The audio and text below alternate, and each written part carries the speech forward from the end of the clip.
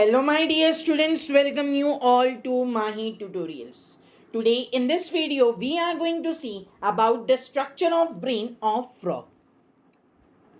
The brain of frog is enclosed inside a brain box जिसे हम cranium कहते हैं. The brain is divided into forebrain, midbrain and hindbrain.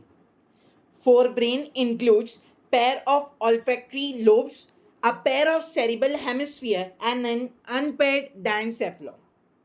Midbrain includes a pair of optic lobes, whereas the hindbrain includes cerebellum and medulla oblongata.